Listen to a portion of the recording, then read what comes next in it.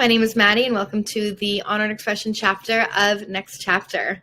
I am super grateful and honored to be here today and to be sharing this space with you all, alongside so many other empowering and badass and inspirational women who are answering their calls to uplift and inspire the collective so that we may all reap those benefits. So thank you all so much for joining us and for choosing yourselves today.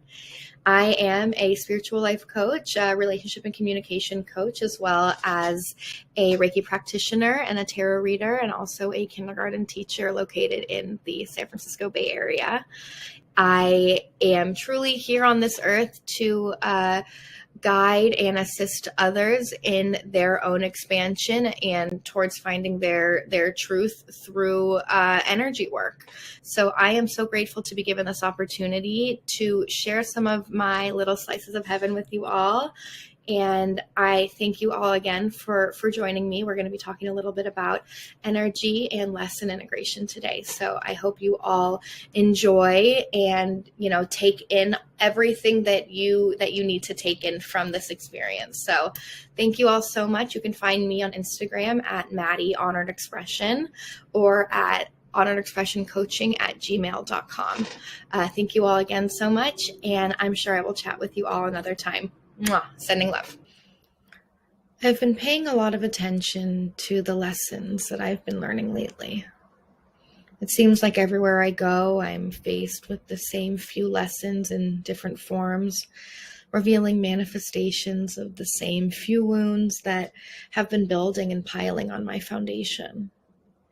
Each year that passed and each new tool I employed to cope with whatever I was going through added more layers to my story, new characters and plot twists. I never wondered when the stories would become so predictable that I would be forced to go in a different direction. As I've grown and evolved, I've psychologized my stories. I've identified the main characters and their flaws and predicted their movements. I understood who I was and why I was. Things made sense because I was understanding them from my foundational knowledge of self through a clinical lens. I always loved people and loved understanding them, so I became dedicated to psychology. I psychologized my eating disorder. I psychologized my family dynamics, and I put myself on medications to better balance myself out. I thought that self-awareness was enough, and it was. It totally was, and at the time, it was actually more than enough. It was exactly where I needed to be. I was feeling empowered by myself, by my own knowledge and my own understanding of life, empowered by medicine and empowered by the progression of neuroscience and, psychoanalyzing myself down to my cells. I understood that that was what I needed to begin healing from what I thought was a purely clinical diagnosis based on purely clinical ideologies. What's funny about my experience in hindsight is that I always think that I'm healing at every stage. I thought I was healing myself when I began self-harming. And then I thought I was healing when I shamed myself out of that harm. I always thought I knew what I was doing. We always think that we do, because all we can do is believe that we're moving in the right direction, and so we do. In hindsight, I was always working with energy. I was always moving forward, even when I didn't know I was. And that progression, that evolution, is energy in motion. All motion is forward moving, even when it looks like regression. Even when it looks like sickness and isolation and death. It all leads to the same place if you allow it to. If you continue to move in the direction that it is going in. Whether you are moving consciously or unconsciously, you are moving, and that is energy at work. That is the energy of creation. I'm not going to tell a long-winded story about how I've come to understand the truth of what is, because it is clear to me that there is no clear truth about what is. Everyone and everything thinks that they are the truth and that their truth is the truth, and they are all correct. What is also clear to me is that what is my truth right now in this moment as I am speaking is not my ultimate. What I always thought was my truth was only my ego desperately trying to make sense of a humanity that is in and of itself impossible to grasp. There is constant progression and constant evolution and constant moving. That is the first rule of energy that I have come to understand in this chapter. Everything moves, and it moves forward. It is the only way that we know how to move. What we must do here is take away any false perceptions of negative and positive, black and white, good and bad. With this information, we get to understand that no matter what direction we are moving in, it is our right direction. Any experience that we are experiencing is exactly what we need to be learning in that moment. This is where the power of contrast comes in. When we have contrast about what feels good and what feels bad, we are able to begin working and flowing with our direction and not against it. With contrast, we must remember that shame is not our friend. There is no shame in how we naturally move. Shame ensures that any natural pendulum swing remains on polar sides of that swing at all times. Contrast gives us the opportunity to see what works and what doesn't, and that is all it is. We don't need to identify with the physical forms of that contrast. We only need to identify the energy that the contrast is embodying and representing. This brings me to the next rule of utilizing energy towards activation, and that is practicing non-attachment. Where we go wrong on our life's natural paths is attaching ourselves to specific outcomes. Practicing non-attachment has expanded my ability to create and embody more than any other practice so far, and that is why it's been the hardest layer to unfold. Humans love safety. It is in our DNA to seek and desire the safety that comes with identity and control. In that desire for safety, we cling onto fallacies of identity, attachments to specific people, dependencies on things that make us feel like ourselves. We are often not understanding that these people and these places and these things are merely representations of energy, representations of lessons and embodiments of those too. This is where we get to release control of outcome. Upon surrendering to energy and detaching from what is not inherently ours, what is not inherently us, we begin to expect and ask for and create only energies of specific outcomes. And in that, the real magic of creation comes alive. Practicing non-attachment ensures that we are always coming home to ourselves, always coming home to our joy and our peace and our love and our satisfaction. This leads me very beautifully into the next greatest lesson of creation, which is understanding the energy of fear. Creating and expanding from a foundation of fear is how many of us function, because it is the basis of the society that we so graciously call our own. Fear catapults us into misaligned relationships because we are seeking safety and security in the name of freedom and sovereignty.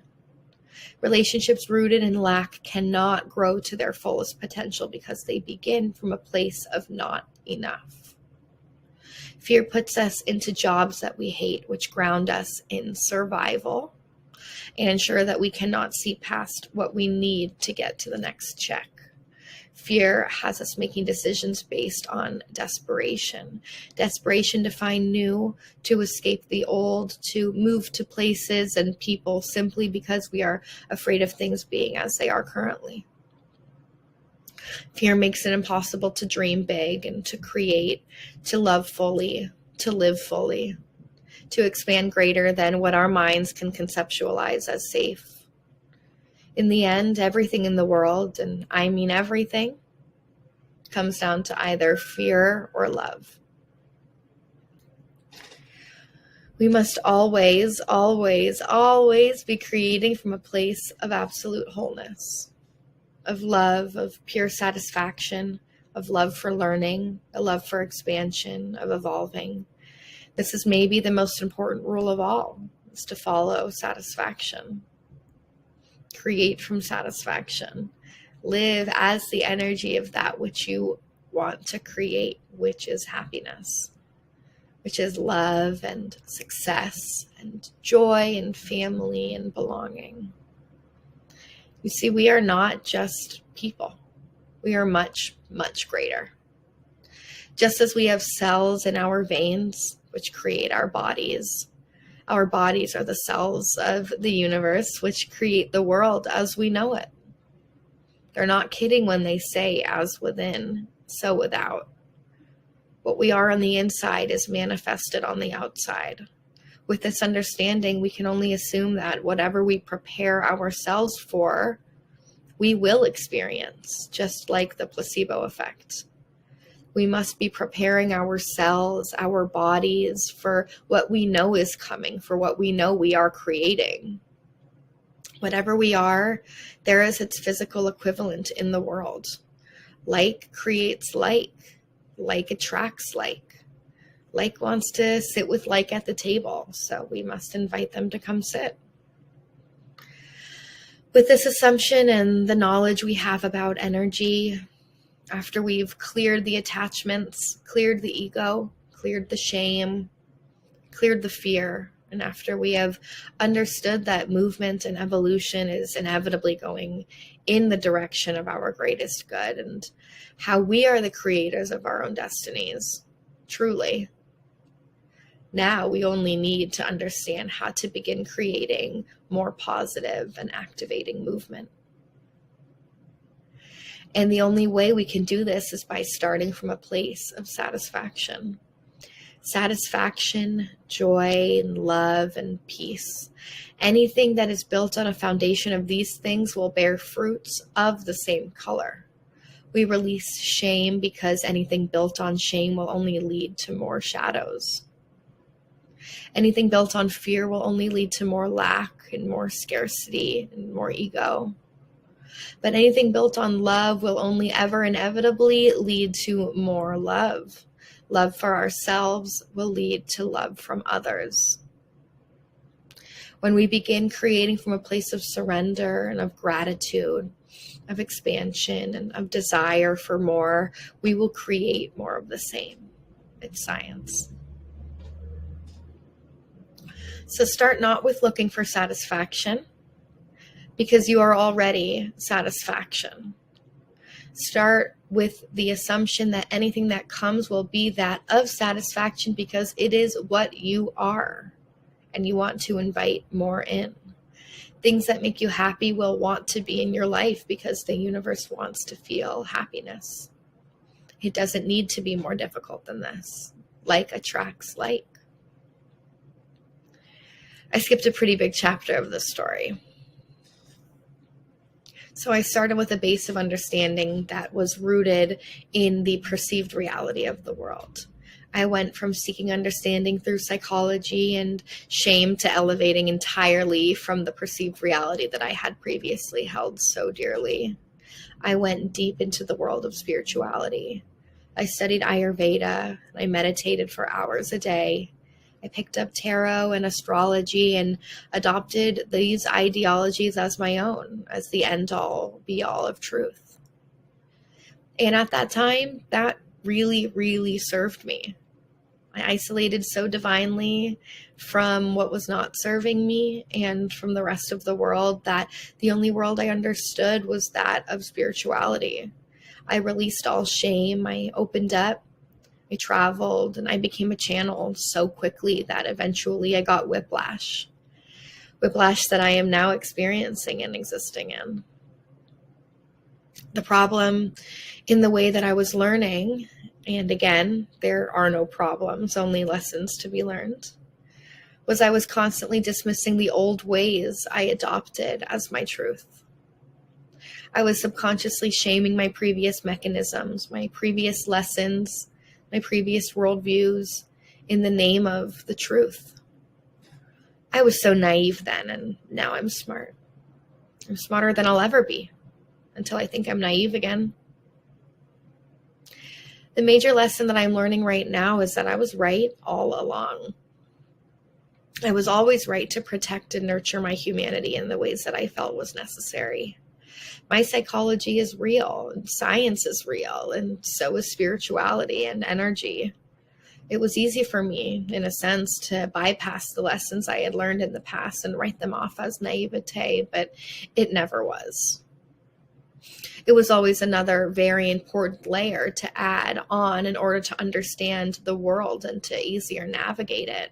And now I get to loop back and circle back and peel off the layers that I once thought were the end all be all to reveal the truth and the core of what I am. And the truth of what I am is psychology. The truth of what I am is spirituality. The truth of what I am is ascension and the tarot and the chakra system. I can own all of the manifestation notebooks and jars of moon water in the world, but it won't mean anything if I'm not grounded in myself. Ultimately, the truth of what I am is humanity. All of these things that I get to use to understand myself ultimately brought me back to the basics of my humanity. But this time from a place of creation and not from survival. My humanity is all that matters and all that exists. And because of that, I get to create whatever it is that I want. We get to continue to build off of what we have learned, what we have come to believe as our truth, in order to have a fuller understanding that we are everything. We are not in control. We are control. We are the creators. We are mommy issues. We're sister wounds. We are eating disorders and money anxiety and abandonment wounds.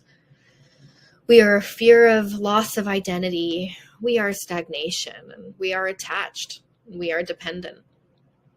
And we are also completely free to be those things and still move forward with the natural flow of our energy. We are sick, but we are still moving. We are in a dip, but we are progressing. We are struggling, and we are still moving towards better. What we can do now is respect the process of humanity. Activate the part of you that knows it can be everything and give yourself permission to exist in that space. Honor that time. Sometimes moves slowly and sometimes moves quickly. And either way, we are here. Zoom out when you need to. Detach from what isn't yours and continue to move towards bigger thoughts and grander realities. But always, always come back to yourself viscerally in this body. Make yourself safe in this body simply because it is the only way to create safety in the world, as within and so without. Nurture and nourish your humanity and your pleasure, your relationships, simply because nothing else can exist without starting with what we are now first, and then work your way up from there. Learn the lessons that you are being taught. Be present in them. And if you learn them multiple times, honor that. Honor that process because it is there for a reason. If your humanity needs to learn that lesson, then it is out of your hands anyway. Be there for the journey. Be present in the learning. We don't need to expedite or loophole the learning for it to be worthwhile. And when you can and where you can, shift your energy positively so that the lessons you learn bring you joy and not shame. Understand that the lessons you are being taught are not meant to catapult you into a different dimension or spiral you into shame. They're meant to ground you more into who you are, into your core being. And your core being is that of satisfaction and happiness. Let the world know what it is that you're looking for. Speak it out so that it hears you loud and clear, and see it in your mind's eye so that it knows what to look out for. Visualize it and breathe it in as if it already is yours, because it is. take the lessons that come to you, not as punishments, but as opportunities to know and grow and flow with your natural progression of energy. It is all that we are here to do. Give yourself permission to be absolutely everything and watch how your expansion follows.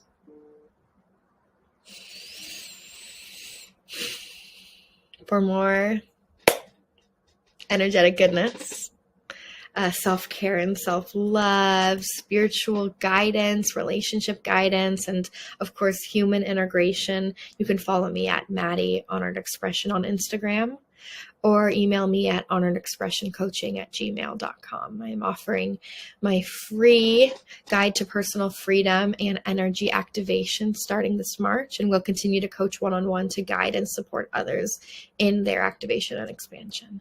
Thank you so much for listening, and have an amazing and beautiful day. Mwah.